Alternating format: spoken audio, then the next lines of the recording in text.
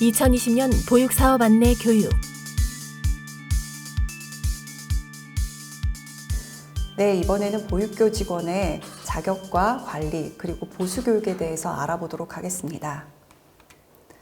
이번에 보육지원체계 개편이 3월부터 시행되면서 보육교직원의 복무나 또 관리 방법에 대해서 변경된 부분이 많습니다.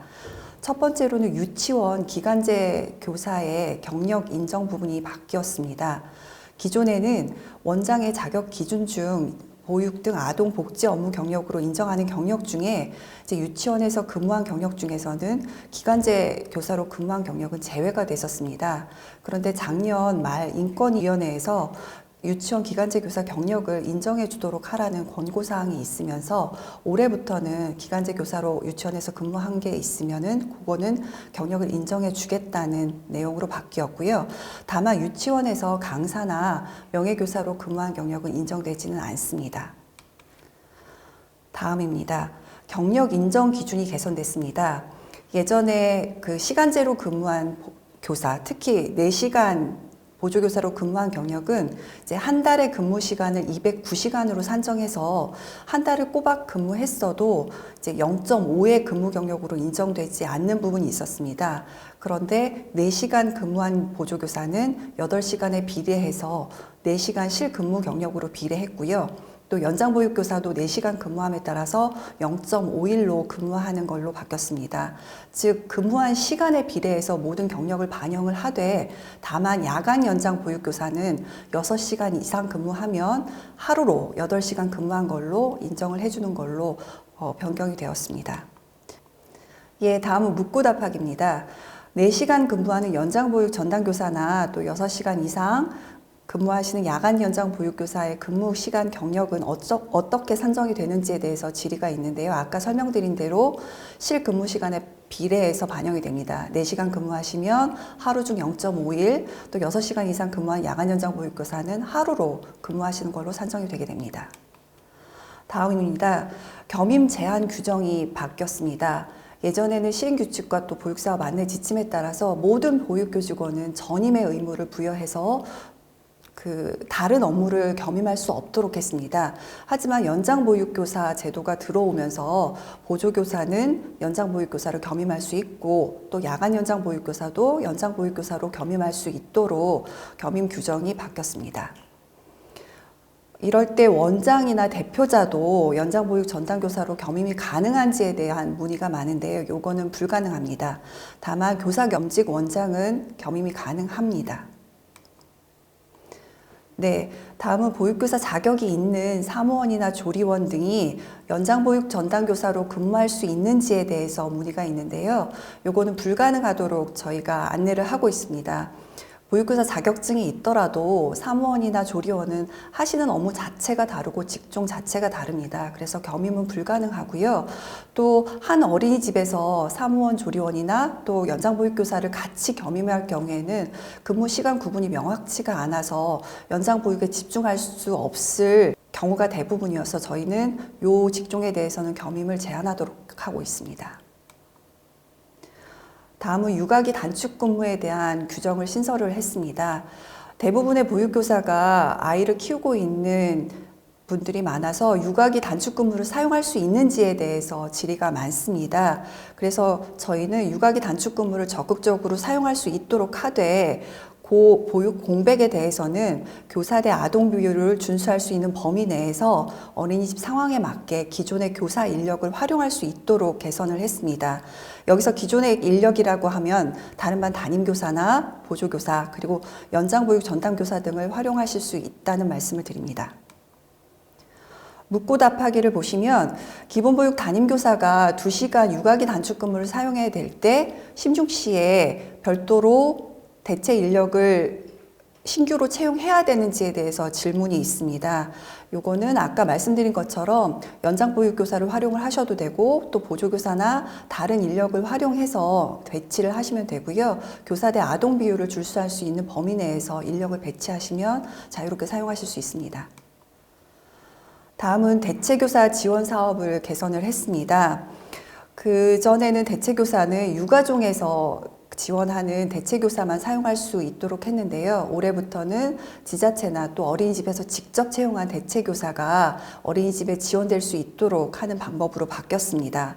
그리고 지원 대상도 담임교사뿐만 아니라 교사 겸직 원장이나 또 연장보육 전담교사나 또 야간 연장 보육교사에 대해서도 인력을 지원할 수 있도록 지원 대상을 늘렸고요.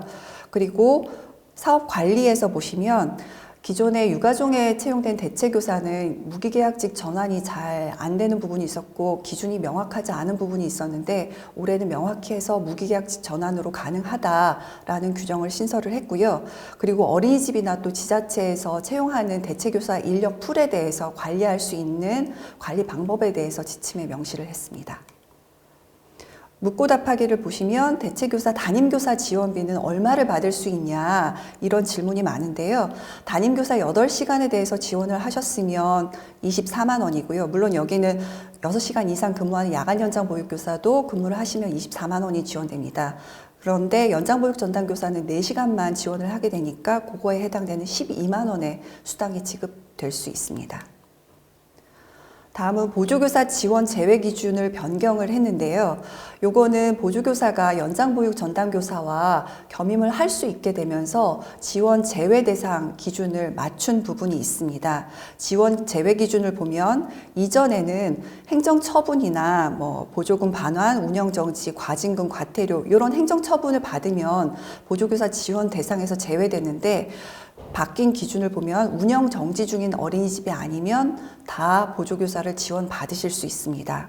그리고 업무 내용에 있어서 그 바뀐 규정을 보시면 보육 및 반운영을 위한 보조 업무 수행, 그리고 휴게 시간, 육아기 단축 근무, 보수교육 연가 시에 업무를 대행할 수 있도록 폭넓게 업무 역할을 확대한 부분이 있습니다. 다음 묻고 답하기를 보시면 보조교사한테 행정 업무를 시켜도 되나요? 하는 질문이 많은데요. 요거는 담임교사가 보육하고 또 반운영을 위한 행정 업무를 하기 위한 보조 업무를 수행했으면 가능한 부분이 있습니다. 다만 기존과 동일하게 원장의 행정적인 업무를 아주 전담해서 하는 것, 요거는 불가능합니다. 다음 묻고 답하기 하나를 더 보시면 보조교사가 담임교사의 연가, 보수교육 등 대체교사로 근무하면서 근무시간 4시간보다 초과해서 근무할 경우 급여는 어떻게 지급이 되나요? 하는 질의가 있는데요. 요거는 4시간을 초과하는 부분에 대해서는 어린이집이 부담해야 된다는 내용과 동일합니다. 다음은 연장보육 전담교사 지원 기준이 신설됐습니다. 보육지원체계 개편에 따라서 연장보육 전담교사의 지원 기준이나 절차 등을 신설을 했는데요. 지원 대상을 보시면 연장반이 구성되어 있고 또 정원의 50% 이상을 충족하고 연장보육 이용 시간을 충족하며 또 마지막으로 전자출결 시스템을 적용하는 어린이집에 지원을 하고 있습니다. 이 지원 조건을 모두 충족을 하셔야 되고요. 지원 제외 대상은 운영 정지 중인 어린이집이 아니어야 됩니다. 지원 인원은 연장 보육 반별로 1명을 다 지원을 해드리고요. 근무 가능한 연령은 만 65세까지 근무가 가능하십니다. 일일 4시간 근무하시게 되고 또 급여는 월 100만 2천 원에 별도로 전담수당 12만 원을 지원을 해드리게 됩니다. 묻고 답하기를 보시면 연장반 아동이 모두 하원하고 난 뒤에도 근무를 계속 해야 되는지에 대해서 질문이 많이 들어옵니다. 저희가 4시간 근무 기준으로 인건비를 지원을 해드리기 때문에 오후 7시 반까지는 어린이집에서 근무를 하셔야 되고요. 또 어린이집에 계시면서 보육 행정 업무나 또 그 다음날 보육을 위한 준비 업무를 하실 수 있고 또 하셔야 됩니다. 다음 묻고 답하기를 보시면 연장반을 운영하고 연장보육 전담교사가 반을 맡고 있는 경우 기본보육 담임교사는 보육시간 이후에 16시 퇴근이 가능한가 하는 질문입니다. 그런데 담임교사의 근무시간은 8시간으로 근무하는 게 원칙으로 되어 있어서 이제 8시간 근무는 준수를 하셔야 되고요. 출퇴근 시간은 원장님과 또 보육교사 간 합의에 따라서 조정은 가능합니다. 저희가 통상적으로 9시부터 16시까지 대면 보육을 시행하고 또 16시 이후에 휴게 시간하고 행정 업무 시간들을 갖게 하고 18시에 퇴근하는 걸로 저희가 보육지원 체계 개편 모형을 설정을 한 바 있습니다. 다음 묻고 답하기에서 보시면 연장보육 전담교사가 채용되지 않는데 그러면 담임교사가 겸임할 수 있는데 그럴 때 인건비 지원이 되느냐에 대해서 질문이 많았습니다. 이 경우에는 담임교사가 연장반을 맡아서 겸임할 때에는 별도로 인건비나 또 수당은 지원되지 않습니다. 초과 근무를 하게 된다면 초과 근무 수당은 어린이집에서 부담을 해야 됩니다. 예, 다음은 보수교육 관련해서인데요. 올해는 온라인 보수교육 교차 이수제가 도입이 되었습니다. 개정 내용을 보시면 보육교직원 보수교육은 집합교육이 원칙입니다. 그런데 이제 온라인 교육을 선호해서 대부분의 보육교직원들이 온라인 교육을 많이 받고 있는데요. 작년 18년 12월 말 기준으로 보시면 전체 보육교사 이수자 10만 명 중에서 약 65%가 온라인 교육을 받고 있는 걸로 저희가 확인이 됐습니다. 법에 따라서 보수교육은 집합교육이 원칙이고 또 보육교직원의 자질 향상을 위해서 보수교육을 실시하고 있는 취지를 고려할 필요가 있어서 저희가 온라인 교육 이수를 제한하기로 저희가 규정을 신설을 하였습니다. 네, 온라인 보수교육 개정 전의 내용을 보시면 집합교육이 원칙인데 저희가 특별 직무 교육에 한해서 온라인 교육 방식을 허용을 해왔었습니다. 그런데 개정 후의 내용을 보시면 집합교육이 원칙이다. 그리고 특별 직무 교육에 한해서 온라인이 가능한데 다만 직전에 받은 교육이 온라인이면 다음번 교육에는 반드시 집합교육으로 해야 된다는 내용을 신설을 했습니다. 요 적용자는 19년 온라인 교육 이수자부터 적용을 하게 되고요.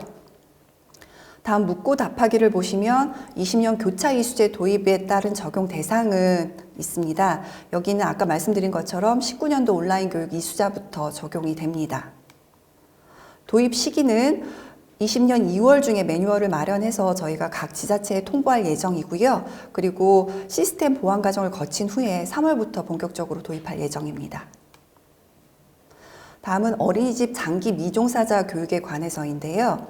개정 내용을 보시면 만 2년 이상 보육 업무를 수행하지 아니한 원장 및 보육교사가 어린이집에 다시 근무를 하게 될 경우 사전에 직무교육 의무 이수가 필요합니다. 요거는 19년 6월에 시행규칙이 개정된 사항이고요. 그리고 적용은 20년 3월부터 적용이 될 겁니다.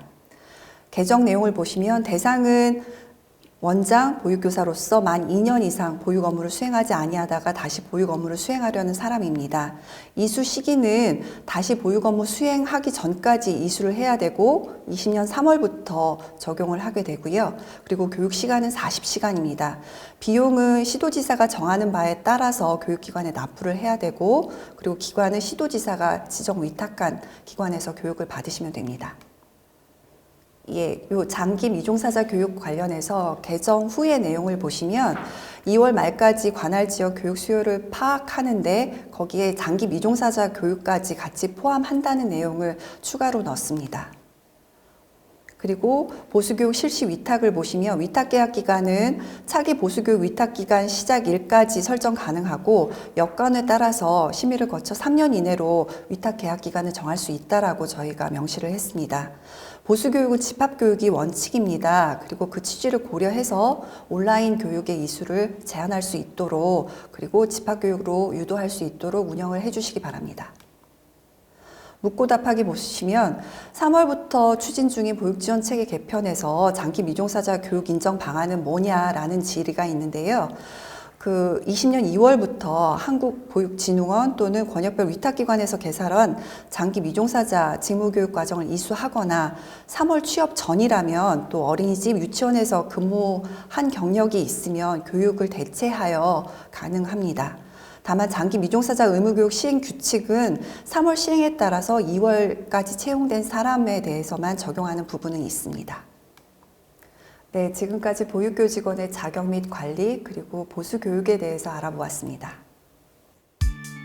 네, 이번엔 보육교직원 중 인건비에 대해 알아보도록 하겠습니다.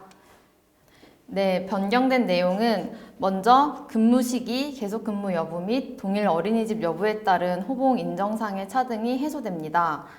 기존에는 2000년 1월 1일을 기준으로 그 이전에는 동일 직종이어도 직장을 옮기는 경우 호봉이 인정되지 않거나 또 교사에서 원장 등으로 직종을 변경할 때 동일 어린이집인지 또 계속 근무인지 여부에 따라서 호봉이 미인정되는 경우가 있었습니다.